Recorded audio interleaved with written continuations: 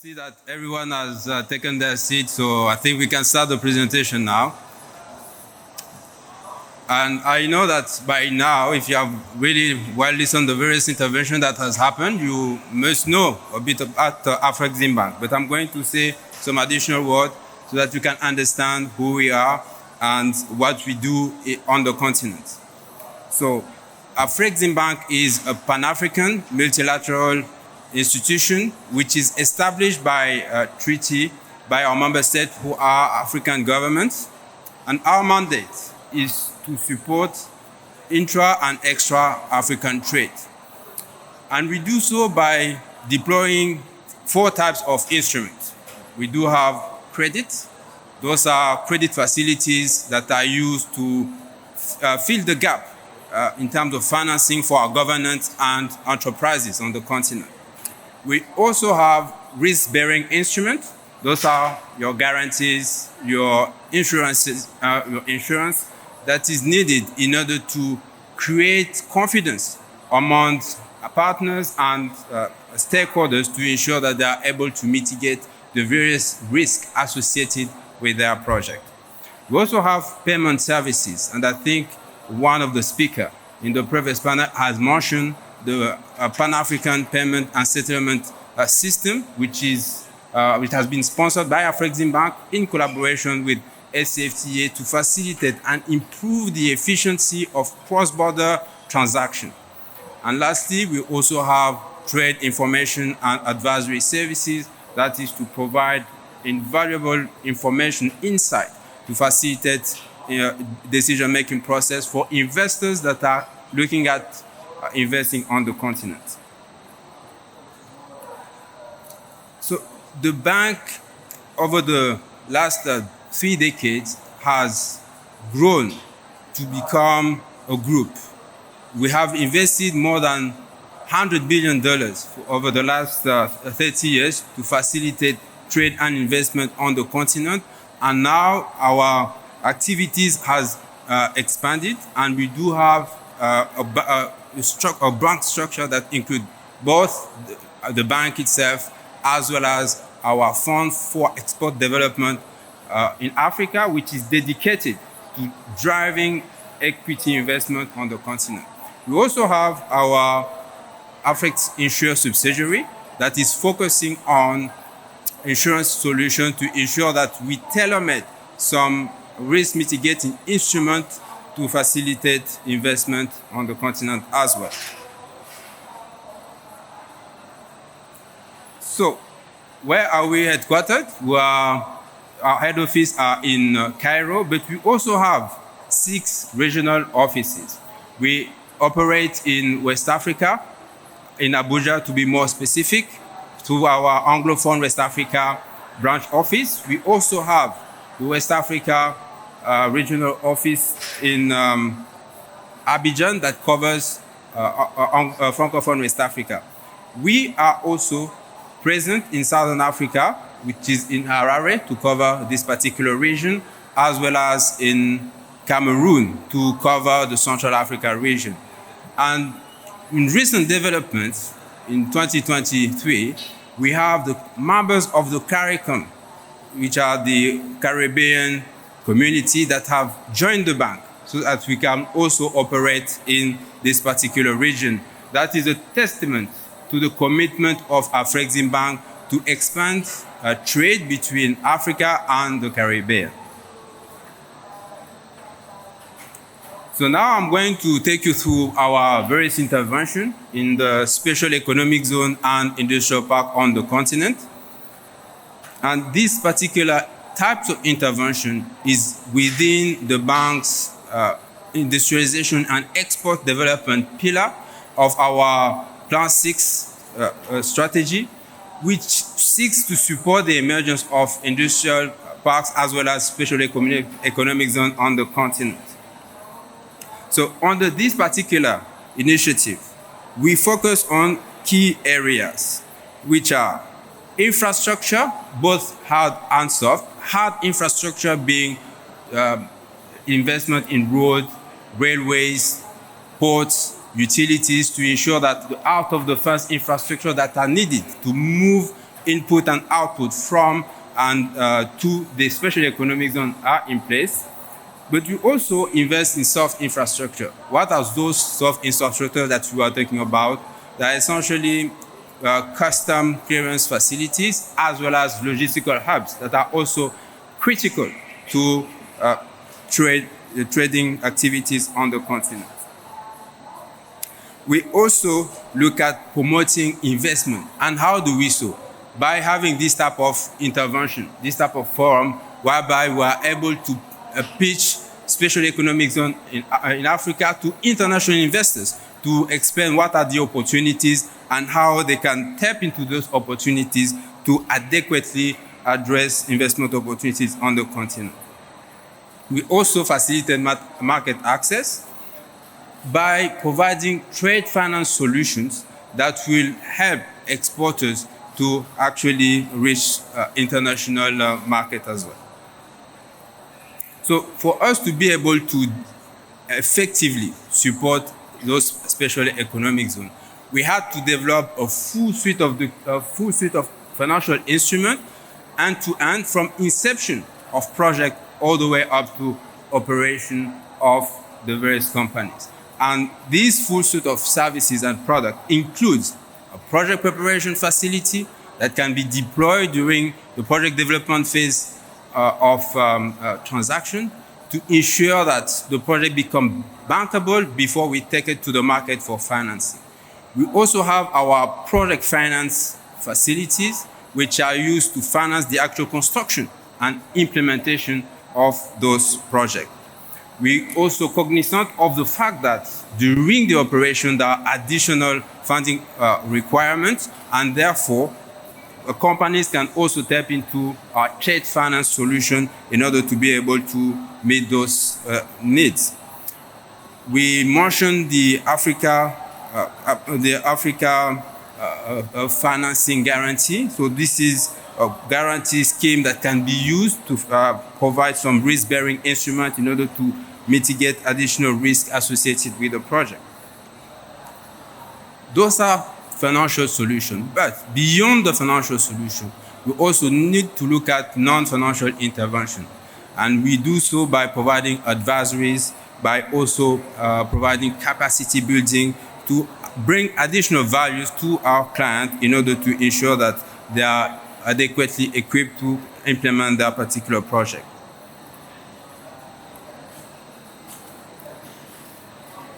So, as you can see on the slide, Afreximbank and Arise have partners in order to support the development and implementation of special economic zone on the continent. And we have already 4 of those special economic zones that have been fully implemented and are operational in 4 different countries. So I'd like to mention the Gabon Special Economic Zone, which is expected to represent a hub for timber and wood processing in Gabon. We also have the GDIZ, which is a special economic zone specialized in garments and food processing in order to tap into the natural resources or agricultural natural resources available in Benin in order to process those products. There is also PIA. PIA is a special economic zone based in Togo, and it is specialized in cotton and cashew nut production.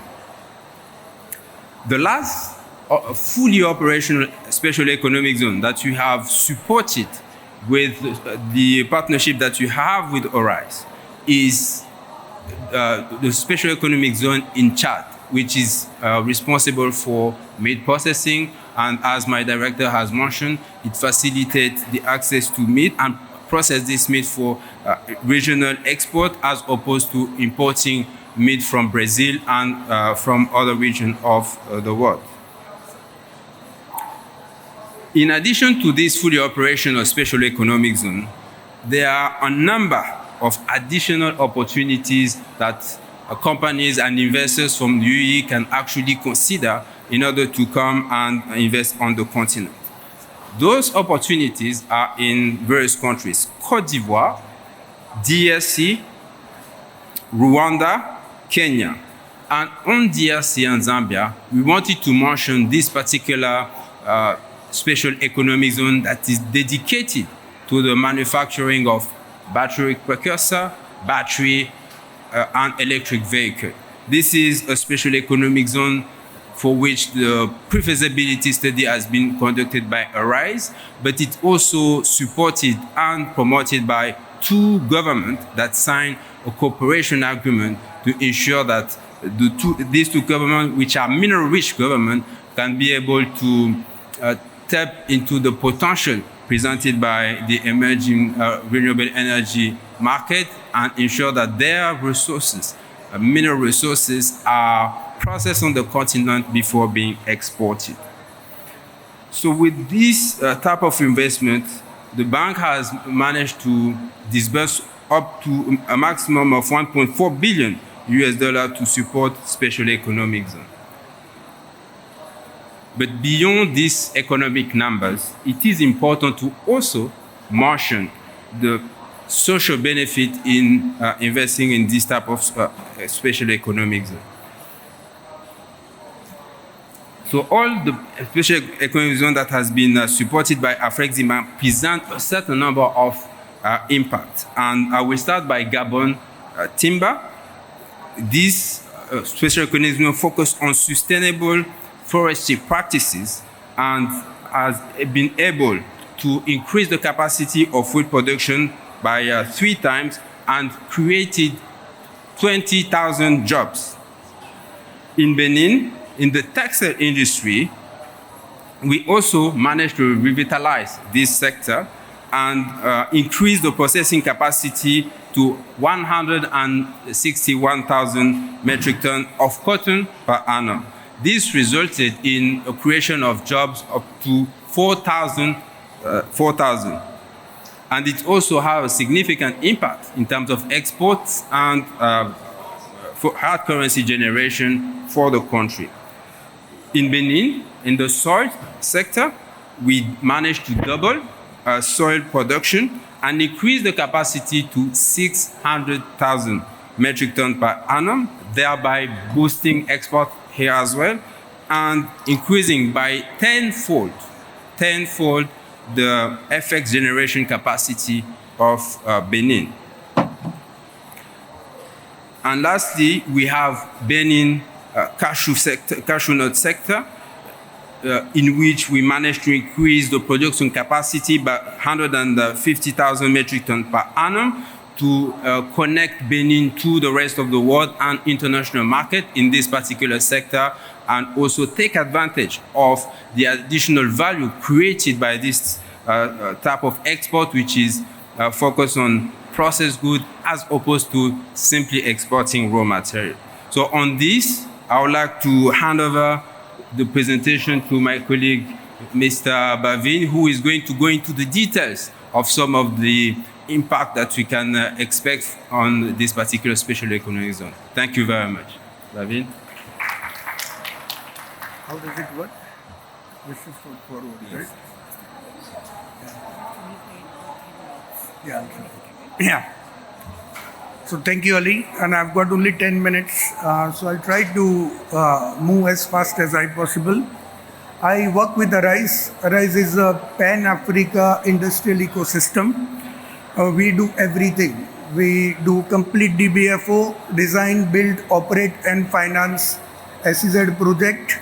We have 3 major shareholders: Equiten, FEDA, which is a private sector equity firm of Afreximbank, and Africa Finance Corporation. The model which we take is PPP. It's public-private partnership in all our SEZ.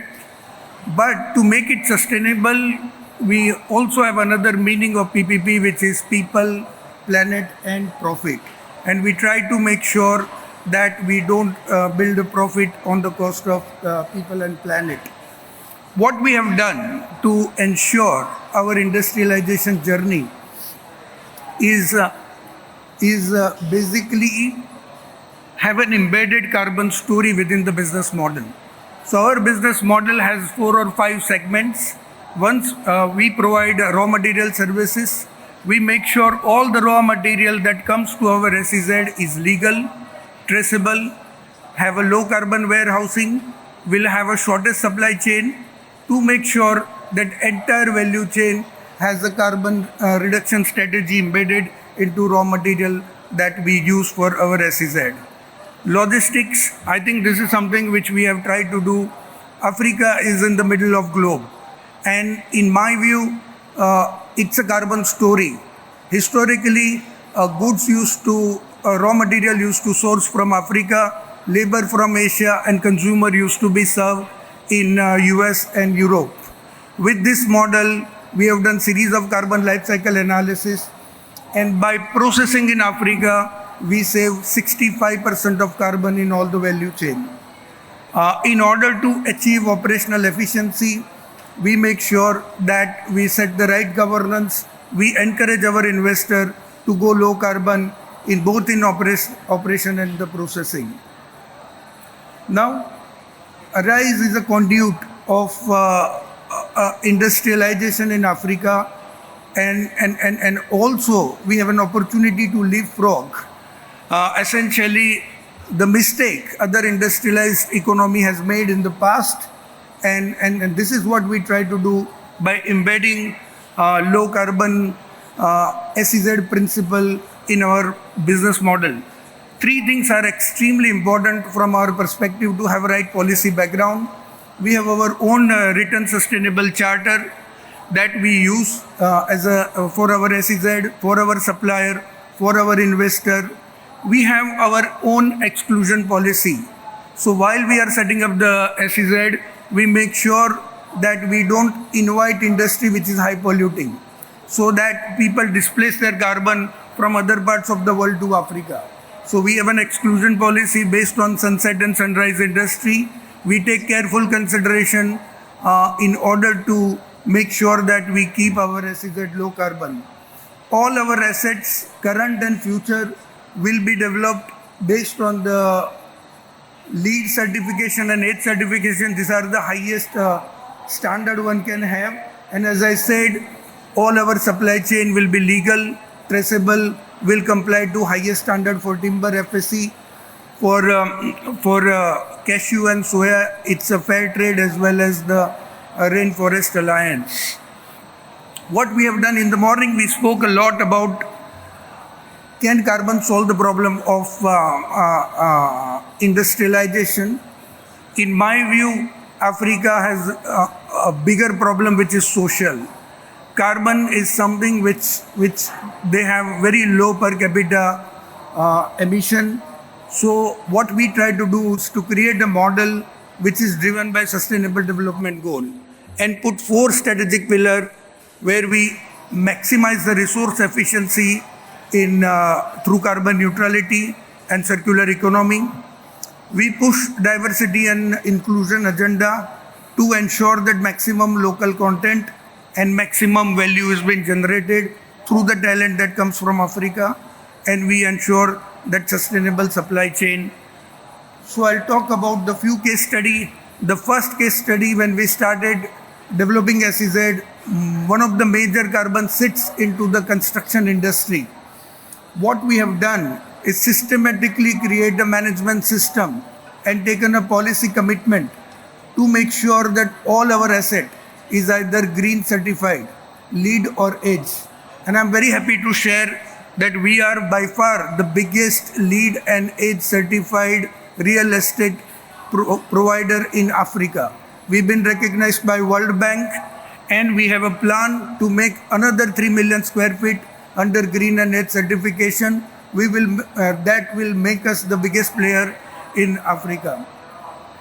Another case study, I think Ms. Uruanti has spoken a lot in the first session that what is the most important is to skill Africa. And we have invested an average 7 million euro to set up garment training center and vocational training center. We have already trained 3,000 skilled workers from Benin and Togo. We have a plan to create 3 more vocational training center in next 2 2 years, and in 10 years we want to add 10 more vocational training center. In terms of sourcing locally and promoting circularity, I've spoken enough, so I'll skip this slide in the interest of time. And what are the few strategic opportunity? I think we are looking for an investment along with Afreximbank in setting up the vocational training center in Africa. We have 10 of them. KFW has recently invested $10 million. We are in the process of attracting fund for 10 SEZ. The few strategic area is the green and low carbon manufacturing, where we want to attract renewable energy manufacturing space, solar cells, wind field manufacturing, hydrofuel.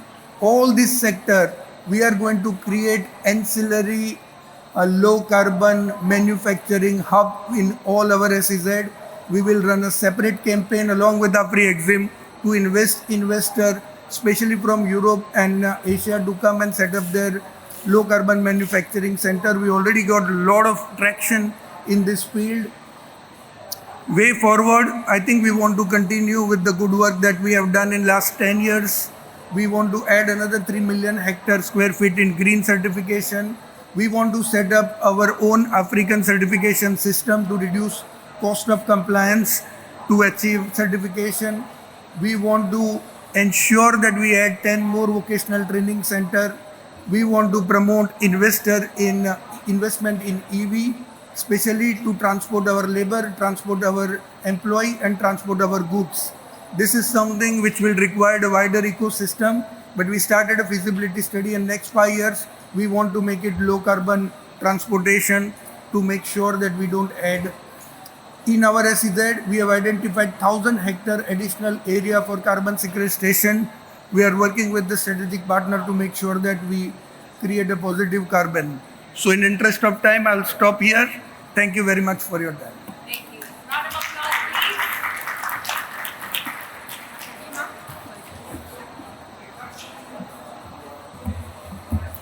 please. Good afternoon. Good afternoon. We're very excited to be here, and we'd like to thank the organizers for this opportunity. And our friend, Mr. Walid, this is a message from Dr. Jospong that he says hello, and he expresses thanks for this opportunity.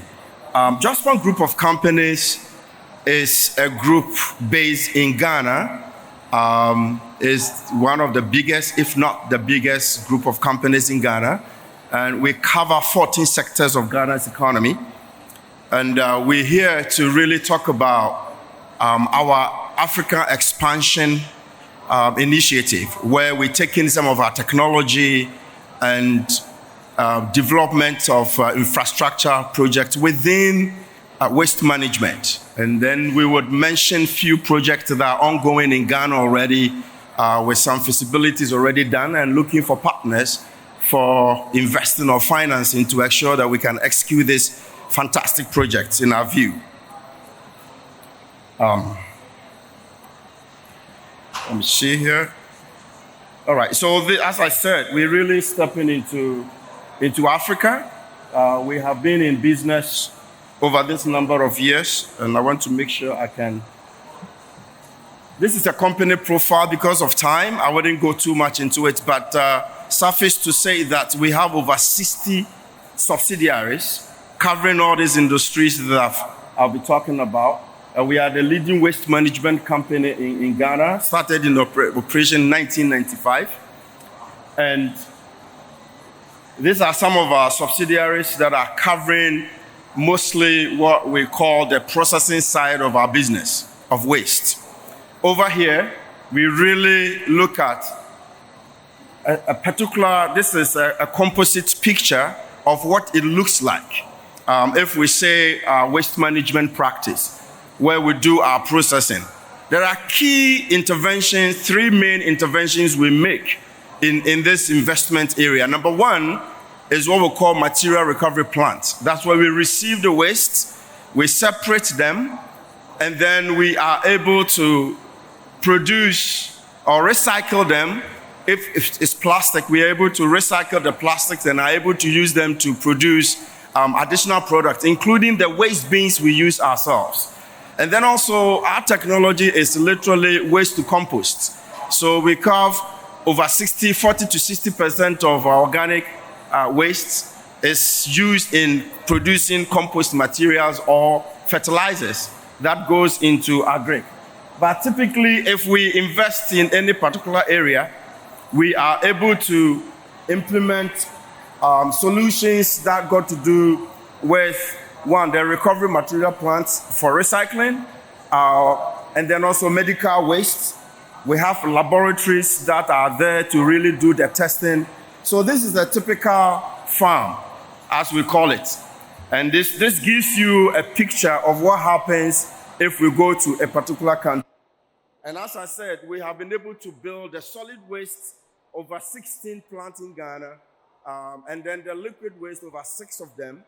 And that is what we are carrying into other African countries. Beyond the recycle plant, we also make interventions or investment in what we call transfer loading stations, that we build this investment closer to where the waste is collected, because we all know bio-waste decompose faster. And then if you don't have investment or interventions closer to the people, the likelihood of someone being incentivized to dump the waste somewhere is high, because the landfills are far. And so we make this investment. And then, of course, we have already entered into Nigeria. We've been to Lagos State. We have concluded all our negotiations. We are very close, in about a week, to sign a concession agreement to be able to send our plants there.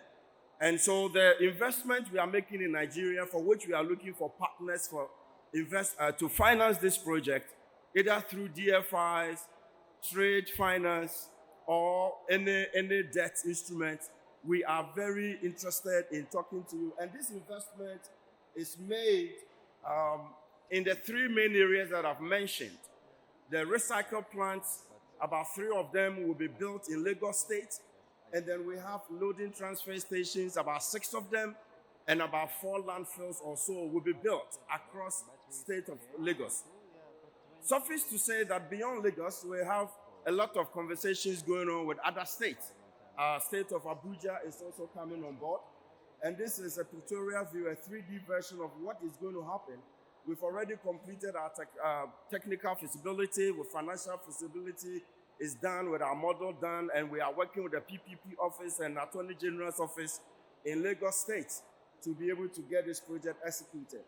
And then this is the layout that I've already talked about. As I move forward here, the investment, this is all signs of what we've done. For a whole year, we've been working with the State Assembly of Lagos, and we've gone through all this work to a point where in about a week or 2, you will hear us announce the signing. And so financing is critically needed to be able to get this project executed. These are some of the pictorial views as we conducted our technical feasibility about the need to do this project. Because as I have shown, Lagos State, about 20 to 23 million people, on a daily basis produce about 13,000 metric tons of waste. Only 10% is recycled. So the question is, what happens to the rest? On the solid waste side, about 2.1 million metric tons of solid waste is generated daily in Lagos. Less than 22% is treated. And so this project is critical. And so that is what we are here to. This is our pictorial view to show some of the activities that we've done. And so as we've already established an office in Lagos. So if my brothers from Nigeria are here, we'll be able to work with you. And we have a team already established. We've already made our own capital investment or equity investment in making sure that we are there to show our commitment. These are some of the ways that we are happening. So this is the Lagos State. This is the structure of the company, the investment that we're talking about here. Looking in the region of about 436 million, that's the cost. And within this, we have components of our own equity, and then we have ECA financing as opportunity, as well as local funding for the civil work and others that will occur. So within this confines, we are also open for DFI funding, as well as funding for trade. So those are the components. So these are the structure. Beyond Lagos, we are also in Uganda. It's far advanced. Conversations are there. It's been published a lot. It's a similar model. What I showed, the graphical view, is the material recovery plant, the landfill re-engineering, as well as investment in transfer stations. These are the key components that we go to every African country. And our excitement is the fact that this technology moving from, okay, this is some videos that are showing, but because of time, we will skip. And these are all pictorial view. You can see our team have been there for weeks, making sure that at least that the risk can start from our feasibility studies. These are the summary of what we intend to do. About 37 million is needed to be able to implement our solutions in Uganda. Similar event is also happening in Kenya. So Kenya is also quite close. Our feasibility studies are being done, as I said. So again, in summary, it's a 3K component that we go to Africa, and we are very sure that these are very, very key investment interventions that are needed. So I want to skip and mention other countries that are on board. Liberia, we've been there. We have been in Zimbabwe, and then we've been in other African countries, Libya included. So we have great opportunity to send our technology to all these countries, and it's certainly exciting opportunity to have partners to be able to work with us. And as I conclude, beyond our waste management business in going to Africa, there are also fantastic projects that we are leading. The largest EV conversion project in the world, at least according to coverage by CNN, is really happening in Ghana, because we are converting about half of our fleet to electric. And as I speak, we've concluded the pilot, and the conversion had already ended, and we are finalizing our UAT, user acceptance testing in Ghana, with infrastructure already set. But one of the leading projects we are also embarking on is agric. Food security is important to Jospong Group of companies. Over the last year and a half, we've been researching into it, and we've established that we have a deficit of about 830,000 metric tons of rice, and we import rice. And we have identified land. Every part of Ghana has the potential to be able to grow rice. And we have completed our feasibility studies, and we've identified the technology in terms of e-technology or smart agriculture. We are actually implementing alternate wetting and drying technology to ensure that the flooding doesn't occur for smart agriculture. So we are looking for about 160 million worth of investment to be able to scale. We've completed our testing for certain hectares of land. We've already harvested some rice, and therefore we are ready to go. The investment we are making literally is going to improve yield, work with the outgrowers, and then be able to make investment in the processing sector, which is integrated silos and also milling. So that is what is happening. This is one of the exciting projects, as I mentioned. We've completed this. We are looking for about $142 million to be able to complete this project. We've already invested about $2 million ourselves to conclude or to complete the pilot project. And this is a fantastic project with a lot of savings in CO2 emission. And so we would like to thank you. Final project that we talk about, we are embarking on infrastructure in EV, infrastructure in carbon, in charging stations across Ghana. Feasibility is being done as we speak, and our investment is really to help penetration of EV vehicles and technology in Ghana. We believe that without doing this, it is very difficult and challenging for EV to penetrate through Ghana. I would like to say thank you so much. I know I rushed through it, but I'll be around to talk to you, and we thank you again for the opportunity.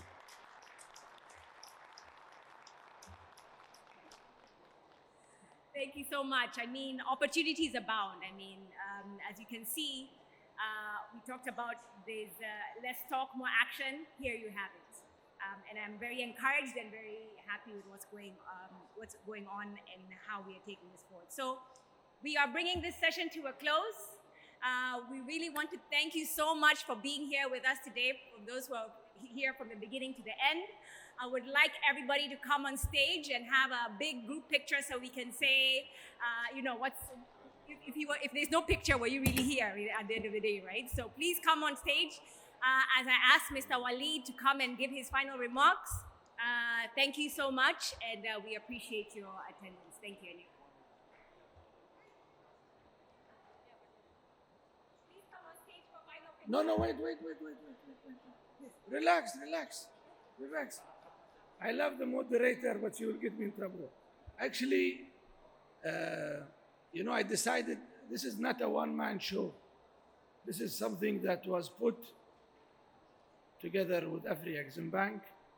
This is a lady who believed in us. She supported us. And really we thank. And she said something, you come in the morning and you wait until the last second to hear something that is very powerful. You know what you just said, Olorante?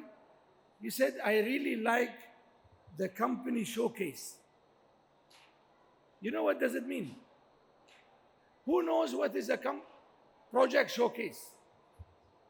Anybody knows what is project showcase? Educate them. My Nigerian brother, where are you going?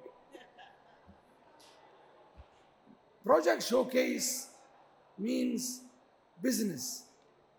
Project showcase means you come, you showcase your project, and then investors believe in it or not. I think, Olorante, we need to look into project showcase. Absolutely.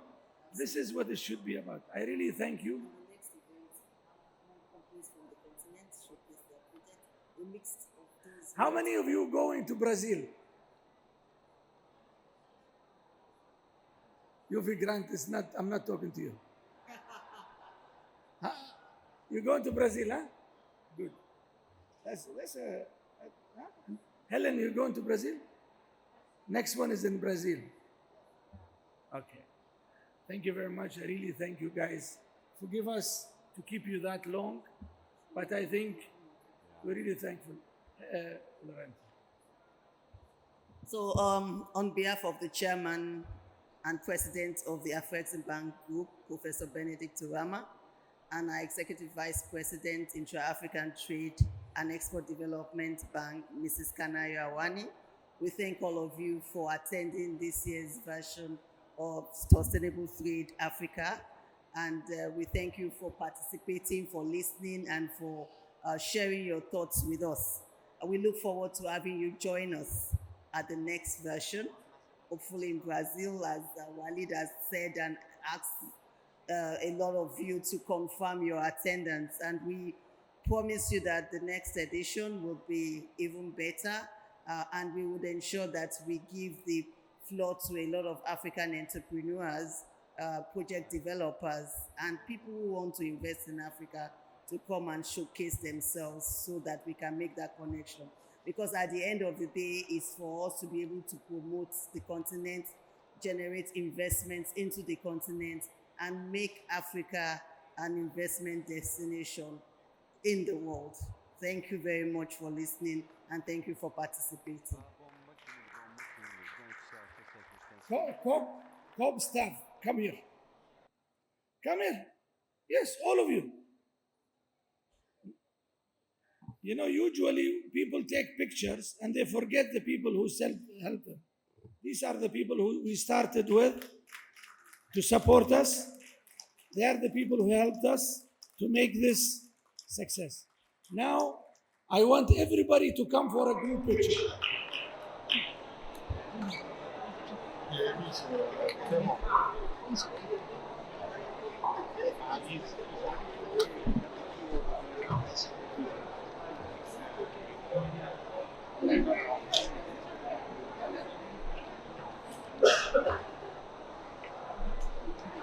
Ria.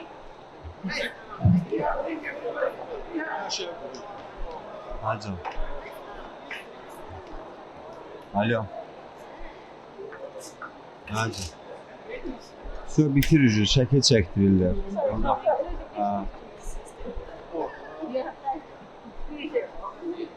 İstəyirsən gələrdin, hapsi, okey, gəl çıxalım. Gəl mənə çıxaq, gəl mənə çıxaq. Sən yoruldun. 3 saat əvvəl. Arkadaşlar çəkirlər kartını gördüyün kimi. Yani sabahtan qatılacaksın bu ara.